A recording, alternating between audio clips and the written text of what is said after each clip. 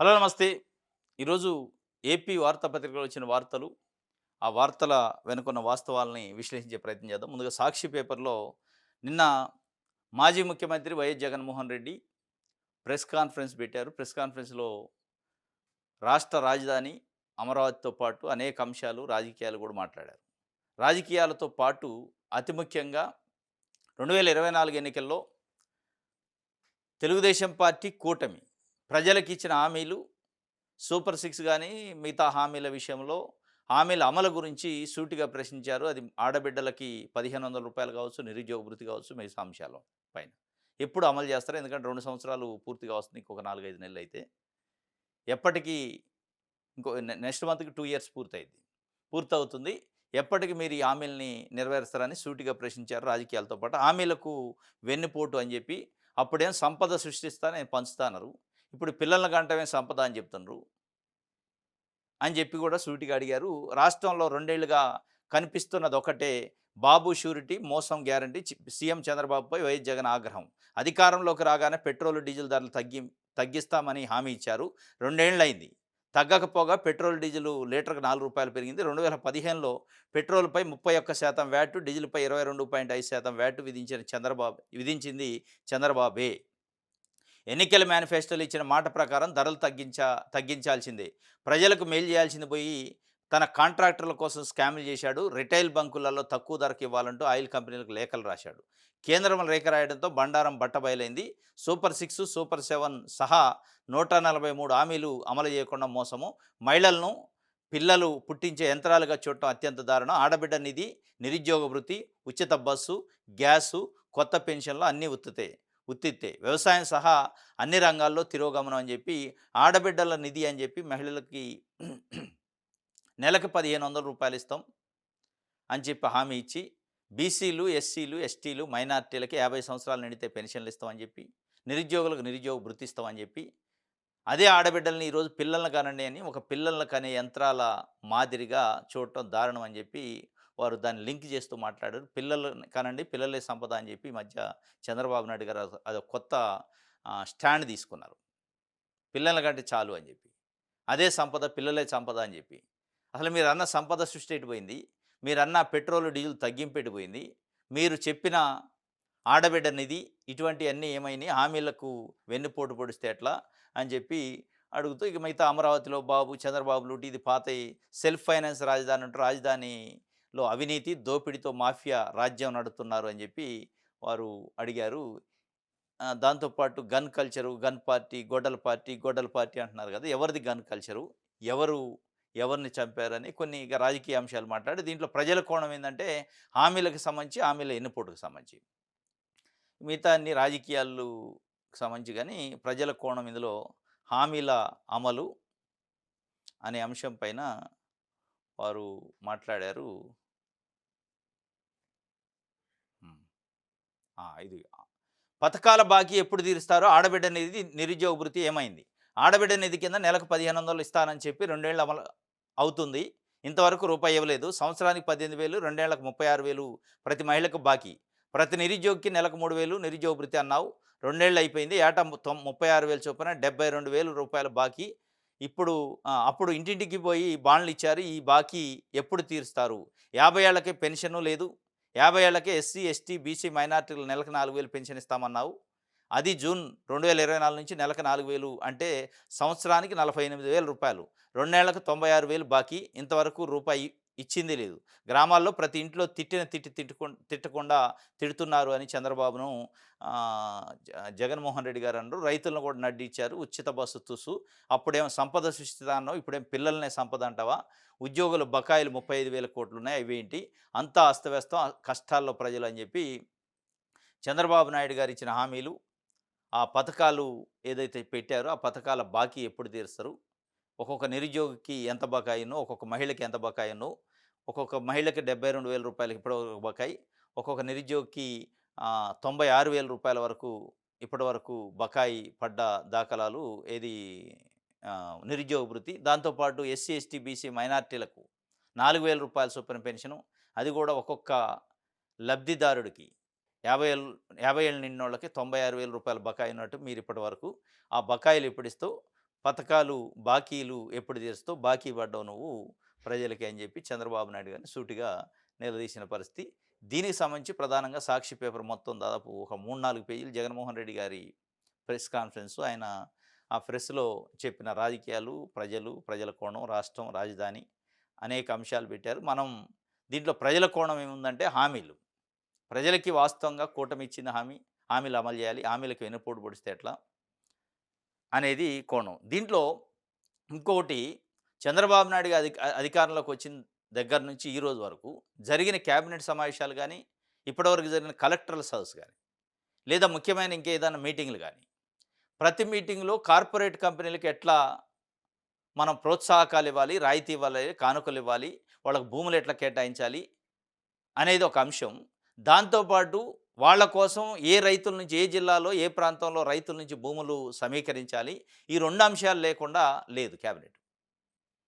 అంటే మొత్తంగా చూస్తే జగన్మోహన్ రెడ్డి గారు మాట్లాడిన మాటల్లో మీరు కార్పొరేట్లకేం దన్ను, హామీలకే ఎన్నుపోటు పొడిచారు. మీరిచ్చిన హామీలకి, ప్రజలకి ఇచ్చిన హామీల విషయంలో అని చెప్పి వారు సూటిగా ప్రశ్నించినట్టుంది. ఇది ఇప్పటికే చాలా చర్చ ఉంది. సిపిఐ పార్టీ, సిపిఎం పార్టీ ఇటువంటి పార్టీలు కూడా ప్రతినిత్యం ప్రెస్ మీట్ పెట్టి ఈ కార్పొరేటీకరణ, కార్పొరేట్ల భూముల కేటాయింపులు, రాయితీలు ఇవ్వటం, కానుకలు ఇవ్వటం, ఇంకొక వైపు రైతుల నుంచి భూములు గుంజుకోవటం, ఆ భూములను తీసిపోయి వాళ్ళకి అప్పజెప్పడం. అది అమరావతి దగ్గర నుంచి మొదలుపెడితే ప్రతి విషయంలో. అమరావతి పేరుతోని, రాజధాని పేరుతోని రైతుల నుంచి భూములు గుంజి తీసుకొని వాటిని తీసిపోయి కార్పొరేట్ కంపెనీలకి పప్పు, బెల్లం లెక్క పంపిణీ చేస్తున్నారు. ఇది మొత్తం ఎపిసోడ్ చూస్తే కార్పొరేట్లకి చంద్రబాబు నాయుడు గారి కూటమి ప్రభుత్వం దన్నుగా, ప్రజలకి ఇచ్చిన హామీల విషయంలో ఎన్నుపోటుగా, రైతుల విషయంలో కంటగింపుగా కనిపిస్తుంది అనేది జగన్మోహన్ రెడ్డి మొత్తం అంటే ఆయన హామీలకు వెన్నుపోటు అనే అంశంలో మాట్లాడిన దాంట్లో సారాంశంగా వచ్చింది. ఇది ఒక వార్త. రైట్. దీని తర్వాత ఆంధ్రజ్యోతి చూద్దాం.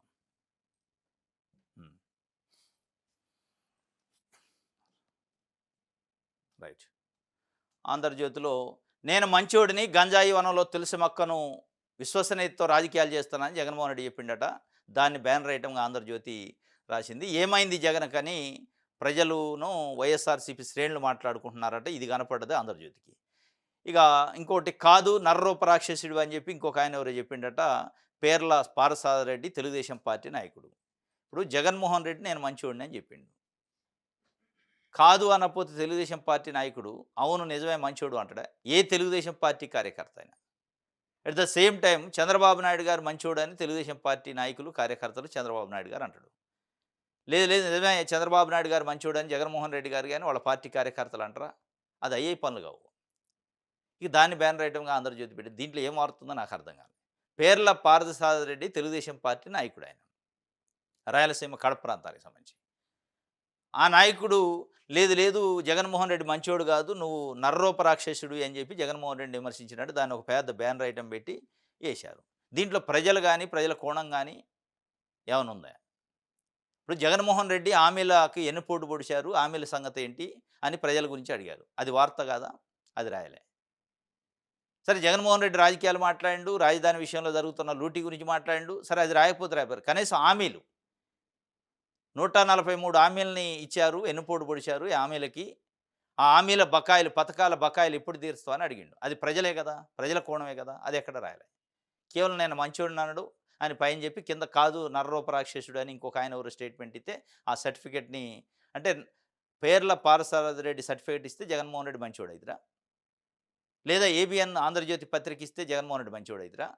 లేదా జగన్మోహన్ రెడ్డి చంద్రబాబు నాయుడు గారికి సర్టిఫికేట్ ఇస్తే చంద్రబాబు నాయుడు గారు మంచోడు అవుతురా?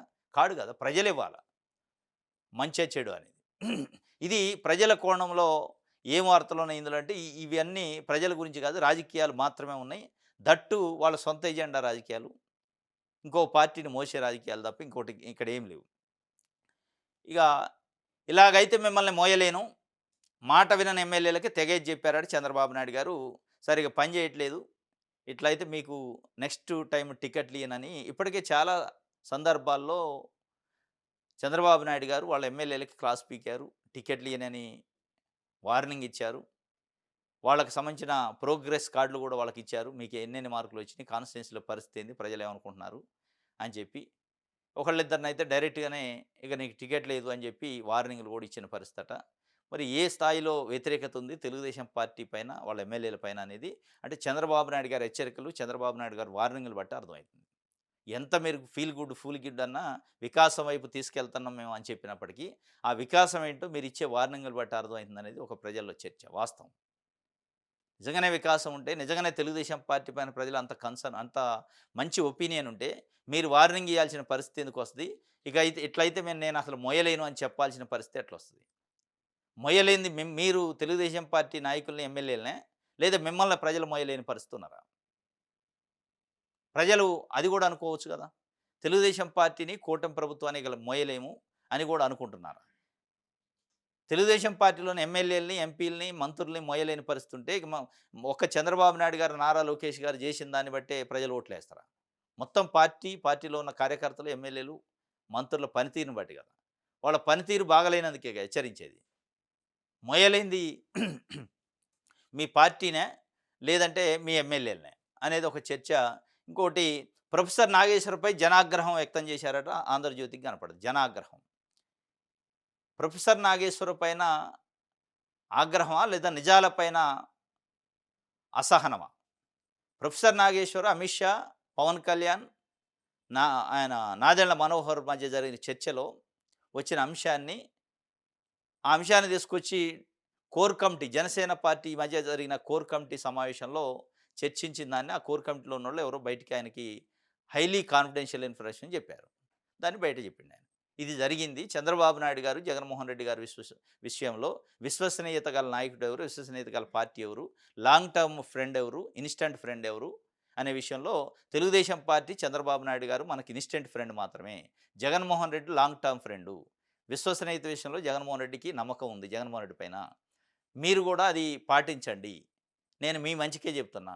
జగన్మోహన్ రెడ్డి గారంటే చంద్రబాబు నాయుడు గారికి శత్రుత్వం ఉండొచ్చు. మనకెందుకుండాలి? మీకెందుకుండాలి? రాజకీయాలు చేయాలన్నప్పుడు ఇట్లాంటి విశ్లేషణ ఉండాలి అని చెప్పి ఆయన ఇట్లాంటి విజన్ ఉండాలి. ఎవరిని పర్మనెంట్ ఫ్రెండ్‌గా, ఎవరిని టెంపరరీ ఫ్రెండ్‌గా ఉండాలో ఒక అవగాహన ఉండాలి అని చెప్పి ఆయనకున్న దాన్ని చెప్పిండు. అదే విషయాన్ని ప్రొఫెసర్ నాగేశ్వరరావు ఆయనకు తెలిసిన హైలీ కాన్ఫిడెన్స్‌ని బయటికి చెప్పిండు. అది నచ్చలేదు తెలుగుదేశం పార్టీకి. నచ్చంది తెలుగుదేశం పార్టీకి కేసులు పెడుతుంది జనసేన పార్టీ. ఇక్కడ జనసేన పార్టీ నాయకుల పైన ఎక్కడ అనుచిత వ్యాఖ్యలు చేయలే. అనుచిత వ్యాఖ్యలు చేశారు మా పార్టీ నాయకుడి పైన అని చెప్పి జనసేన పార్టీకి సంబంధించిన కార్యకర్తలు నిన్న ఒక 2 సార్లు కంప్లెయింట్ ఇచ్చారట. ఎఫ్ఐఆర్ చేయించారు. ఏం అనుచితం ఉంది అందులో? ఏమైనా పవన్ కళ్యాణ్‌నో లేదా నాదెండ్ల మనోహర్‌నో జనసేన పార్టీనో అన్‌పార్లమెంటరీ వర్డ్స్ మాట్లాడండి. ఎక్కడ ఆ పార్టీని విమర్శించలా. వాళ్ళు వెళ్లారు, ఇట్లా కలిసారు. ఆయన ఇది చెప్పిండు, సలహా ఇచ్చిండు. ఆ సలహాను తీసుకొచ్చి పవన్ కళ్యాణ్ గారు మళ్ళా వారి కోర్ కమిటీ సమావేశంలో నాదెండ్ల మనోహర్ నోటితోని చెప్పించారు. అన్నా చెప్పండి అమిత్ షా మనకేం చెప్పారో వాళ్ళకి చెప్పండి అని చెప్పి, దీంట్లో అన్‌పార్లమెంటరీ ఉంది. వాస్తవాన్ని ముందు పెట్టిండు. ఈ జనాగ్రహం ఎవరికి? జనసేన పార్టీ కార్యకర్తలకో, నాయకులుగా కాదు. వచ్చిన జనాగ్రహం చంద్రబాబు నాయుడు గారికి. అక్కడ మాట్లాడింది చంద్రబాబు నాయుడు గారి గురించి, చంద్రబాబు నాయుడు గారి విశ్వసనీయత గురించి. పవన్ కళ్యాణ్ గారి విశ్వసనీయత కాదు. అమిత్ షా విశ్వసనీయత కాదు. కేవలం చంద్రబాబు నాయుడు గారు, జగన్మోహన్ రెడ్డి గారి విశ్వసనీయత, ఎవరు లాంగ్ టర్మ్, ఎవరు short term friend, instant friend అనే విషయం అమిత్ షా చెప్పిండు. ఇక్కడ ఎవరు అనుచిత వ్యాఖ్యలు లేవు. అంటే నిజాలు అనుచిత వ్యాఖ్యలు, నిజాలు ఆగ్రహం వ్యక్తం చేస్తే ఎవరికి ఆగ్రహం? తెలుగుదేశం పార్టీ నమ్ముకున్న పత్రికలో, టీవీ ఛానళ్ళకో, తెలుగుదేశం పార్టీ కార్యకర్తలకో, లేదా ఆ సామాజిక వర్గానికో బాధ అనిపించొచ్చు. కానీ వాస్తవాలు కదా! ఆ వాస్తవాలను గ్రహించకపోతే ఎట్లా అనేది ఇప్పుడు ఒక చర్చ. ఇది వాస్తవాన్ని మనం ఎందుకు అనాలంటే చంద్రబాబు నాయుడు గారు 2018లో ఎన్డీఏ కూటమి నుంచి బయటకొచ్చి ఆయన బ్లాక్ షర్ట్ ఏసుకొని ధర్మ పోరాట దీక్షలని పెట్టారు. ఆ దీక్షలలో అమిత్ షాని, మోడీని, బీజేపీని ఏ స్థాయిలో విమర్శించిండో ఆడియో క్లిప్పింగ్స్, వీడియో క్లిప్పింగ్స్ ఇప్పటికున్నాయి. తిట్టరాని తిట్టు తిట్టిండు. వాళ్ళు కూడా అదే స్థాయిలో చంద్రబాబు నాయుడు గారిని తిట్టారు. మళ్ళీ అదే చంద్రబాబు నాయుడు గారు ఈరోజు అమిత్ షా, మోడీ చాలా అద్భుతమైన వ్యక్తులని బయట ప్రపంచానికి తెలిసేలాగా మళ్ళీ వీడియోలు, ఆడియోలు. లోపట ఏం మాట్లాడుతుండో అది వేరే విషయం. మళ్ళీ అదే మోడీ, అమిత్ షా, చంద్రబాబు నాయుడు గారు అద్భుతమైన లీడర్ అంటున్నారు బయట. లోపట వేరే విషయం. ఇవన్నీ వాస్తవాలు కాదా? ఇది కాదా విశ్వసనీయతకి ప్రామాణికం? ఎక్కడ విశ్వసనీయత ఉంది? ఎక్కడ లాంగ్ టర్మ్ ఫ్రెండ్, ఎక్కడ షార్ట్ టర్మ్ ఫ్రెండ్ అనేది? ప్రొఫెసర్ నాగేశ్వర గారికి చెప్పిన కాన్ఫిడెన్షియల్ ఇన్ఫర్మేషన్ వాస్తవమా కాదా అనేది వారు చాలా కుండబద్దలు కొట్టి చెప్తున్నారు. అయినప్పటికీ ప్రజల ముందు అయితే వాస్తవాలు ఉన్నాయిగా. 2018లో ఏం మాట్లాడిండు? 2024లో ఏం మాట్లాడారు? ఇప్పుడేం మాట్లాడుతున్నారు? 2004లో ఏం మాట్లాడారు? బీజేపీ విషయం గురించి చంద్రబాబు నాయుడు గారు. ఎప్పుడు పొత్తు పెట్టుకుంటారు? ఎప్పుడు విడిపోతారు? విడిపోయినప్పుడు ఎట్లా ఉంటాడు? పొత్తు పెట్టుకున్నప్పుడు ఎట్లా ఉంటాడు? ఇదంతా విశ్వసనీయతకు సంబంధించిందే కదా! విశ్వసనీయత, విలువలో నైతికత ఉంటే 2018లో చంద్రబాబు నాయుడు గారు మాట్లాడిన మాటలను బట్టి మళ్ళొకసారి బీజేపీతోని ఇంకొక నాయకుడు ఎవరైనా పొత్తు పెట్టుకుంటాడా? విశ్వసనీయత ఉన్న నాయకుడైతే, నైతికత ఉన్న నాయకుడైతే అని చెప్పి ఈరోజు ప్రజలు మాట్లాడుకుంటున్నారు. ప్రొఫెసర్ నాగేశ్వర్ గారు తెలిసిన ఇన్ఫర్మేషన్ విశ్లేషించి ఎక్కడ అన్‌పార్లమెంటరీ వాడు ఒక్కటి లేకుండా చేసి మాట్లాడితేనే కేసు పెడితే, ఎంతమంది ప్రజల పైన కేసు పెడతారు? ప్రజలే మాట్లాడుకుంటున్నారు కదా! కాబట్టి ఇది జనాగ్రహం కాదు, నిజం పైన అసహనం కింద మాట్లాడుకోవాల్సిన పరిస్థితికొచ్చింది. నాగేశ్వర్ గారి పైన కేసు పెట్టమైంది. ఆయన ఎక్కడ మాట్లాడిండు? అన్‌పార్లమెంటరీ వర్డ్ మాట్లాడలే, ఎక్కడ మాట్లాడలే. నిజాలు బయటకొస్తే భుజాలు దడుపుకుంటే ఎట్లా? వాస్తవాలు చెప్తే తట్టుకోలేని పరిస్థితి ఉంటే ఎట్లా? ఒకవేళ నాగేశ్వర గారు చెప్పకపోయినా ప్రజలు మాట్లాడుకుంటున్నారు కదా! ఈరోజు 2018లో ఏం మాట్లాడిండు, ఇప్పుడు ఏం మాట్లాడుతుండు అని. ఇదంతా ఈ ఏది ఈయనకున్న ఆగ్రహాన్ని 'ఆంధ్రజ్యోతి' ఏబీఎన్ రాధాకృష్ణ గారికున్న ఆగ్రహాన్ని జనాగ్రహం అని పెట్టిండు. ఏ జనం ఆగ్రహం వ్యక్తం చేశారో తెలవదు. అది కూడా జనసేన పార్టీ కార్యకర్తలు మాత్రమే. జనసేన పార్టీ చీఫ్ ఇంతవరకు మాట్లాడలేదు దానిపైన. నాదెళ్ల మనోహర్ గారు ఖండించినట్టుంది. లేదా తెలుగుదేశం పార్టీ అధ్యక్షుడు చంద్రబాబు నాయుడు గారు మాట్లాడలేదు. నా విశ్వసనీయత గురించి అమిత్ షా ఇట్లా చెప్పడనో, చెప్పలేదని చెప్పడనో, అది అబద్ధమనో ఆయన కామెంటు చేయలేదు. కానీ ఆగ్రహం 'ఆంధ్రజ్యోతికి', తెలుగుదేశం పార్టీ మీడియాకొచ్చింది. ఇది ఒక వార్త అయితే, ఇక మర్యాదగా లోన్ రికవరీ చేయాలట. లోన్ రికవరీ విషయంలో RBI, reserve bank of India కొత్త నిబంధనలు తీసుకొస్తుంది రూల్స్‌ని. ఇప్పుడు లోన్ రికవరీ చేసే ఏజెంట్లు చాలా ఇబ్బందికరమైన పరిస్థితుల్లో ఇళ్ళకి రావటం, ఇంటి ముందు గొడవ చేయటం, అన్‌పార్లమెంటరీ వర్డ్స్ మాట్లాడడం, దుర్భాషలాడటం, ఫోన్లు చేయటం, ఫోన్లలో తిట్టటం, బూతులు తిట్టటం, దాంతో పాటు ఆ లోన్ ఎవరైతే తీసుకున్నారో వాళ్ళ చుట్టూ ఉన్న బంధువులకి, ఫ్రెండ్స్‌కి, ఆయన సన్నిహితులకు ఫోన్లు చేయటం, బెదిరించటం, పరువు తీయటం, రకరకాల ఇబ్బందులు పెడతా ఉంటారు లోన్ రికవరీ ఏజెంట్లు. దానికి సంబంధించి రిజర్వ్ బ్యాంక్ ఆఫ్ ఇండియా కొత్త నిబంధనలు తీసుకొస్తుంది. దానికి సంబంధించిన ముసాయిదాని పెట్టారు ఆర్‌బీఐ వెబ్‌సైట్‌లో. అంటే చట్టానికి సంబంధించిన డ్రాఫ్ట్‌ని పెట్టారు. దానికి ఈ నెల 31 వరకు మనకున్న అభిప్రాయాలను వ్యక్తం చేయొచ్చు, అభ్యంతరాలను కూడా వ్యక్తం చేసే అవకాశాన్ని ప్రజల నుంచి ఇచ్చారు. జనాభిప్రాయం తెలపమని ఇచ్చారు. దాని తర్వాత అక్టోబర్ 1 నుంచి ఈ రూల్సు, నిబంధనలు అమల్లోకి వస్తాయి. మర్యాదతో కూడిన రికవరీ చేయాలి తప్ప అమర్యాదగా ప్రవర్తించొద్దు, ర్యూడ్‌గా ప్రవర్తించొద్దు, రెస్పెక్ట్ ఇవ్వాలి అని చెప్పి ఆర్‌బీఐ రికవరీ ఏజెంట్ల ఆగడాలకి కళ్ళెం వేసే పరిస్థితికొచ్చింది. రికవరీ ఏజెంట్లు అడ్డగోలుగా చేయటానికి లేదు, ఇష్టం వచ్చినట్టు చేయటానికి లేదు. వాళ్ళ పైనైతే చాలా కఠినంగా వ్యవహరించే తీరు. ఎందుకంటే దానికి ఇంకా కొన్ని నిబంధనలు, ఫోన్లు కూడా ఎప్పుడు పడితే అప్పుడు చేయటానికి లేదు. ఉదయం 8 గంటల నుంచి రాత్రి 7 గంటల లోపే ఫోన్ చేయాలి. ఆ ఫోన్ కూడా ఆయనకే చేయాలి. ఇంకో థర్డ్ పార్టీ ఫోన్‌లకి చేసి ఆయన అప్పునుడు ఇవ్వట్లేదని పరువు తీసే కార్యక్రమాలు చేయొద్దు. ఇంటికొచ్చి గొడవ చేయొద్దు. మహిళల పైన అనుచితంగా ప్రవర్తించొద్దు. ఈయనకున్న లోన్‌కి సంబంధించి ఇంకో థర్డ్ పార్టీకి చెప్పొద్దు. ఇవన్నీ కఠినమైన నిబంధనలు పెట్టబోతున్నారు. కానీ దీంట్లో ఇంకా కఠినంగా ఇంకా ఏం చేయాలంటే, ఇటువంటి పరువు తీసే కార్యక్రమాలు, డీఫేమ్ చేసే కార్యక్రమాలు చేసి అసలు లోనే రద్దు చేసే కార్యక్రమం చేయాలి. లోన్ రికవరీ ఏజెంట్లకి సర్టిఫికేట్ కూడా ఉండాలి కంపల్సరీ. ఏ బ్యాంక్ నుంచి వచ్చినావు, నీకున్న ఐడీ కార్డ్ ఏంటి, నీ సర్టిఫికేట్ ఏంటో ముందుగా చూపించాలట. ఇవన్నీ వస్తున్నాయి. Indian institute of bank services అని ఒకటి ఉంటుంది. ఆ సర్టిఫికేట్ ఉండాలి. వాడు సర్టిఫికేట్ ఇవ్వాలి ఏజెంట్‌కి. అది తీసుకొచ్చి మనకు చూపియాలి. ఎవరైతే లోను రికవరీకి వస్తారో ఆ ఏజెంటు, ఆ లోన్ ఉన్న వ్యక్తికి, ఇగో నేను పలానా ఏజెంట్‌ని, పలానా బ్యాంక్ నుంచి వచ్చిన, నాకున్న ఐడీ కార్డ్ ఇది, నా సర్టిఫికేట్ ఇది. దీని ప్రకారం నేను అడుగుతున్నా. ఎప్పుడు ఇస్తారు ఏందని చెప్పాలి. ఆ వచ్చేది కూడా ముందు రోజు ఇంటిమేషన్ ఇయ్యాలి. నేను ఫలానా రోజు మీ ఇంటికి వస్తున్నా లోన్ రికవరీ కోసం అని చెప్పి ఫోన్‌లో ఇస్తే అందుబాటులో ఉంటాడు. అన్‌వాంటెడ్‌గా చెప్పకుండా రావటానికి లేదు. ఆయన ఎవరైతే లోన్ ఉన్నారో ఆ లోన్ ఉన్న వ్యక్తి సందర్భాన్ని బట్టి రావాలి. ఆయన టైంని బట్టి. అడ్డగోలుగా నేను ఎప్పుడంటే అప్పుడు వస్తా, రాత్రి 9 గంటలకి, 10 గంటలకి, తెల్లవారుజామున వస్తా, నిద్రలో వస్తా అంటే కుదరదు.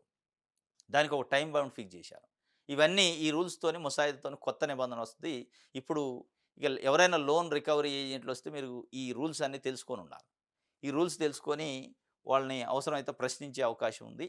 ఇది కొత్త నిబంధనలు వస్తున్నాయట. రైట్. ఇది అక్టోబర్ 1 నుంచి అమల్లోకి వస్తాయి. నెక్స్ట్ ఆంధ్రప్రభ చూద్దాం.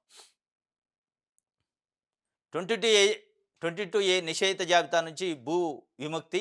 ఇప్పటికే 1.6 లక్షల ఎకరాలపై రైతులకు శాశ్వత హక్కులు ఇచ్చినాం. మరో 1.9 లక్షల ఎకరాల చుక్కల భూములకు త్వరలో లైన్ క్లియర్ అయితే ఇంటి స్థలాలు, ఇళ్ల పట్టాలపై నిషేధం ఎత్తివేత. పట్టణ ప్రాంతాల్లో 10,000 పేదల గృహ నిర్మాణాల క్రమబద్ధీకరణ. త్వరలో మరో 25,000 గృహాలకు మోక్షం. పేదలకు అనుకూలంగా ఫ్రీ హోల్డ్స్పై నిర్ణయం. కూటమి సర్కారు కీలక సంస్కరణలు. రైతుకు భరోసా అని చెప్పి ఒక వార్తనిచ్చారు. భూ విముక్తి చేస్తారంటే 22A ప్రొహిబిటెడ్ లిస్టులో ఉన్న భూముల్ని ఇప్పటికే 1,60,000 ఎకరాలకు ఇచ్చినాం. ఇంకొక 1,90,000 ఎకరాలకు కూడా ఇస్తాం. దాంతోపాటు గ్రామ కంఠంలో ఉన్న వాటికి కూడా పట్టాలు ఇస్తాము, ఏది అసైన్డ్ ఉన్న వాటికి అని చెప్పి ఒక వార్తని ఇచ్చారు. మావిగాన్ పేరింటే చంద్రబాబు గుండెపోటు, ఆయన నోరు తెరిస్తే అన్ని అబద్ధాలే. అమరావతి పేరుతో అవినీతి, ఇప్పటికే 60,000 కోట్ల అప్పు, చదరపడుకు 25,000 ఖర్చా. గొడ్డల పార్టీ ఎవరిదో జనాలకు తెలుసు. మా కుటుంబంలో ముగ్గురిని కోల్పోయాం. పింఛన్ల కోత, రైతు భరోసాల దగ్గ, నిరుద్యోగ భృతి జీరో, మహిళా రుణాలకు నీళ్లు, ఈవీ బస్సులతో ఉచిత బస్సులకు మంగళం. వైకాపా అధినేత జగన్మోహన్ రెడ్డి ఫైరు. మావిగాన్ అనే ఒక కొత్త రాజధాని పేరుని జగన్మోహన్ రెడ్డి తీసుకొచ్చిండు. ఆ పేరింటే చంద్రబాబు నాయుడు గారికి గుండెపోటు కాదు, బీపీ పెరుగుతుంది అన్నాడు. Blood pressure పెరుగుతుందట. మావిగాన్ అని ఎప్పుడైనా జగన్ మాట్లాడితే ఆ స్థాయిలో టెన్షన్ పడుతుండు. ఎందుకంటే అమరావతి ఆయన స్వప్నం, అమరావతిలో అవినీతి పేరుతో లూటీ చేస్తాడు, అది ఎక్కడ గండి పెడుద్దని భయపడుతుంది అన్నట్టు జగన్మోహన్ రెడ్డి చెప్పిండు. ఇది ఒక వార్తనిచ్చారు. ఇక కేంద్ర కేబినెట్లో భారీగా మార్పులు, కీలక నేతలకు ఉద్వాసన. ఆంధ్రాకు పెద్ద పెట్టేస్తారట. తెలుగు రాష్ట్రాలకు ఛాన్సు, తెలంగాణపై ప్రత్యేక దృష్టి. విస్తరణలో కనపడనన్న మార్కు. ఏపీ నుంచి టీడీపీ, జనసేనకు ఒక్కో బెర్తు. నితీష్ కుమార్తో సహా భాగస్వామ్య పక్షాలకు ఈసారి అత్యధిక ప్రాధాన్యం. ఆంధ్రాకు కూడా పెద్ద పెట్టేస్తారట. ఆంధ్రా కంటే తెలంగాణ పైన ప్రత్యేక ఫోకస్ పెట్టారట.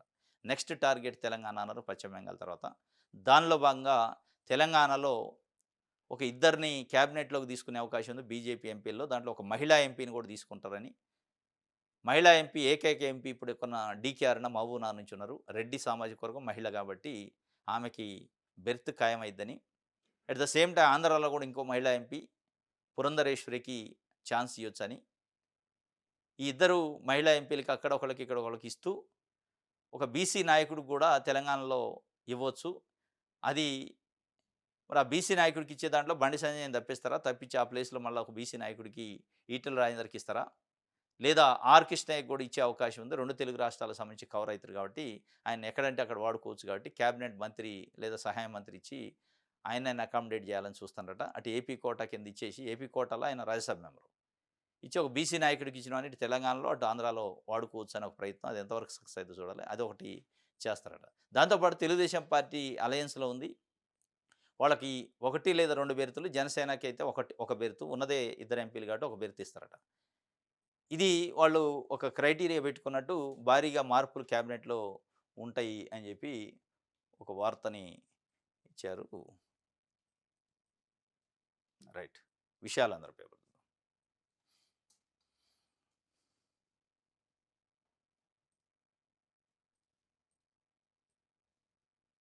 రైట్.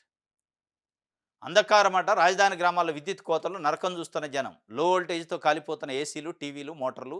మంచినీటికి కటకట, అధికారులు ఉదాసీనతపై ఆవేశాలట. రాజధాని ప్రాంతంలో ఉన్న గ్రామాల్లో విద్యుత్ కోతలు, లో వోల్టేజ్తో ఏసీలు, టీవీలు, మోటార్లు కాలిపోవటం, మంచినీటికి కటకట, రకరకాల ఇబ్బందులు ఉన్నాయట. తీవ్రమైన ఎండ, ఉక్కపోత. దీంట్లో మరి రాజధాని ప్రాంతంలో ఎట్లుంటే మిగతా రాష్ట్రంలో ఎట్లుందనేది ఒక చర్చ కూడా ఉంటుంది. ఎందుకంటే రాజధాని ప్రాంతం కోర్ రాజధాని, చాలా బుల్లెట్ స్పీడ్తో అభివృద్ధి అవుతుంది అంటున్నారు. అటువంటి దగ్గరే ఎలక్ట్రిసిటీ కోతలు ఉంటే ఏంటి పరిస్థితి అనేది ఒక చర్చ కూడా నడుస్తుంది. నెక్స్ట్ ప్రజాశక్తి.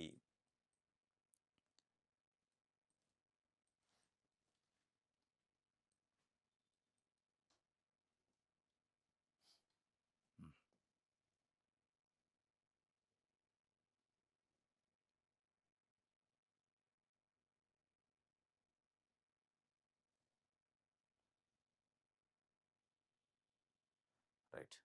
మీడియాతో మాట్లాడొద్దు, పోలీసులతో సహా ఉద్యోగులకు బెంగాల్ ప్రభుత్వం హూకం జారీ చేసిందట. స్టార్ట్ అయింది బీజేపీ పరిపాలన. మీడియాతో ఉద్యోగులు కానీ పోలీస్ ఆఫీసర్లు మాట్లాడొద్దని ఆంక్షలు, సర్క్యులర్ ఇచ్చిండట ముఖ్యమంత్రి సువేందు అధికారి. అంటే బీజేపీ కొత్తగా ప్రభుత్వం ఏర్పడింది. గతంలో మమతా బెనర్జీ ముఖ్యమంత్రిగా ఉన్నప్పుడు కొంతమంది చీఫ్ సెక్రటరీ, డీజీపీ లాంటి వాళ్ళు మాట్లాడుతూ ఉండేది మీడియాతోని. మీకు అవసరం లేదు, మీడియాతో మాట్లాడొద్దు అని చెప్పి వాళ్ళ కండిషన్స్ పెట్టారట. ఇది ఒక వార్తనిచ్చారు. ఇది ఈరోజు న్యూస్ అనాలిసిస్. రేపు తాజా వార్తలతో తిరిగి కలుసుకుందాం. Thank you.